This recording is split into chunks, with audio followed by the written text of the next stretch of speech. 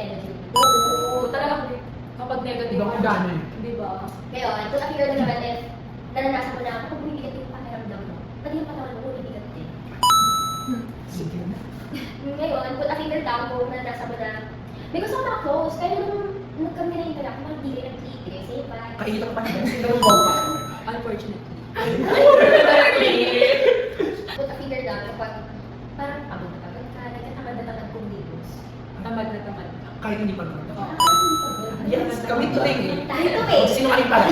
Tayo Ngayon, put a finger down kung naniniwala ka na yung mga nakakasalamuhan natin araw-araw, nakakatulong siya para ma-shape natin sa mga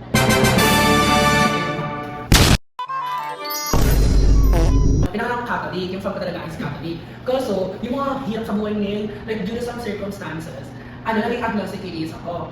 I can't believe that the existence of God or any supernatural being is unknown or possibly unknowable. To the point na like yung magpe-pray, naging yung na siya sa akin. Not until nagkaroon naman ng senior high school friend, nakilala ko si Anya. Si Anya, yung fam niya, ang strong talaga ng faith niya kay God, nila rather. Like, sabi ko, paano kami gini-close? Magkaiba kami ng standpoint when it comes to religion. Magkaiba yung belief namin, gano'n. Kaso, dahil na naging close kami, tapos dumating sa point na namin ako pumunta sa kanila. Then, may time na kung na dinner, pinag-pray niya ako. Dito talaga ano tayo yung versus all Lord, yung kanya. Sorry for Ako yung kaya gilig niyo ako. Si Bakla abang nagdadasal, Bakla yung tumutulong luwa. Sabi ko, tumutulong luwa, nagdadasal ko lang na yung uwi ko. Di ba? So di ba, mga ganun tayong experiences. So, sino pa sa inyo meron ganun experiences? Ha? Mag-share kayo. Bakit na?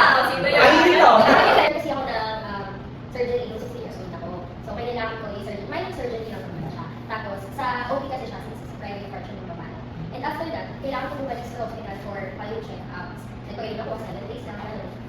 And mind you, really also yung palun ko before. So, may mga kamag-anak ako nasa church. And ang tingin talaga sa mga tao ng simbahan, babae. Babae talaga.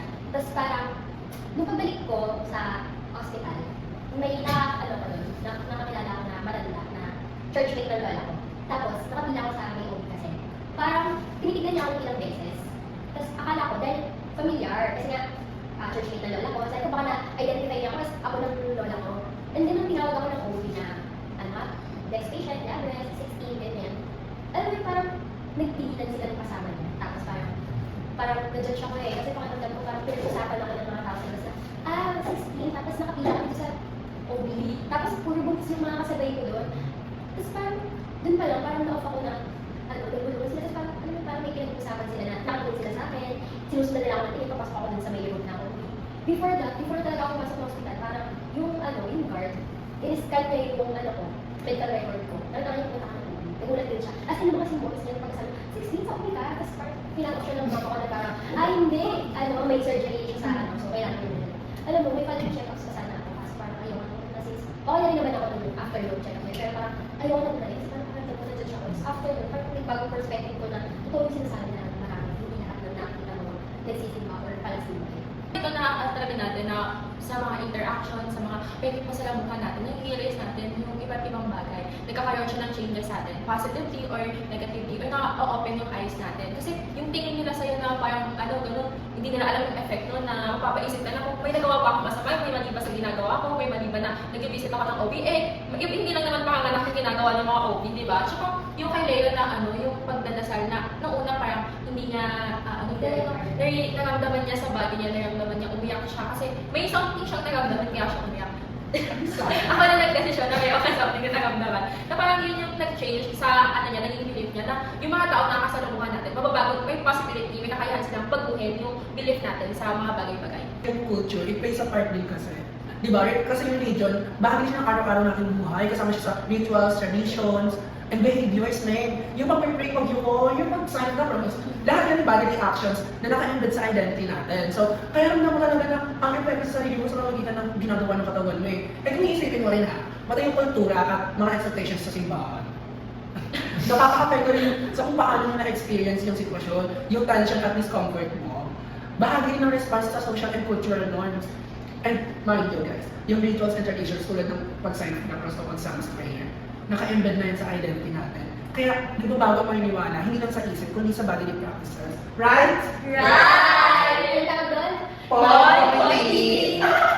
Psychologically, malakas talaga yung epekto ng emotional emotional associations. Connected yung mind and body sa utak ko. So, kapag may actions ka, na-record yung emotions mo sa actions mo, na-associate mo siya. Kaya kapag nag-pray ka ulit, nag-trigger yung emotional memory mo na at nag-shift yung sense of self mo na yung body mo, nare-recall yung meaning ng isang bagay. Kaya ganun ka nag-react. Tapos, naiintindihan mo kung bakit di mo gusto bumalik sa mga past memories mo. Yung body and mind mo kasi nagsistore ng reaction na yung naranasan mong judgment before. Kaya naapektuhan ka and na-shape yung decision mo in the future. Tapos, kapag yung emotional reactions mo sa ibang tao, like yung comfort, yung joy, nagsistore sa katawan mo, kaya naapektuhan yung fate natin dahil sa emotional memory kasama ng actions natin. At yun, at syempre bilang Pinoy, malakas talaga yung paniniwala natin when it comes to togetherness, shared meals, and shared experiences, and also shared faith. No? Kasama sa values natin yung pakikisama at pagrespeto sa mga kasama natin. Kaya yung pag-join mo, Leo, sa prayer ng friend mo, maybe nakatulong siya para alam mo, mas maging close kayo socially, emotionally, hindi lang kay Lord, pero sa mismong friend mo na din. At syempre, para kay Charisse, no? Dito sa hospital and also sa simbahan, no? Nakita kasi natin siya as place na kung saan may malaking respeto, no? At saka mababait yung tao. So, unexpected na makita mo yung isang tao na, alam mo yun, mapagkwentuhan ka nila sa ganung lugar, hindi mo i-expect. Kaya, magigets mo rin talaga kung bakit hindi sila ganun na pinaniniwalaan ka. Kasi hindi naman nila alam mo ano talaga yung pwede. And speaking of experiences, syempre may other experiences pa tayo. And yung experience na to, sobrang relatable siya sa atin. And perfect example siya ng intercorporeality. May ganun! So, ano to tayo? Ano lang. Kasi di ba lahat ng nagko-commute? So, yung hindi nagko-commute dyan, talaga. Sorry. Ay, nag-shopper. So, yung pagka-commute natin, eh, syempre ako ang layo ko bakla. 2 hours away from school. So, example na ba 7:30. Dapat may 5:30, aalis na ako sa bayan, agaw gigising, mga 3:30, mga alas 4, na parang, dali! Hindi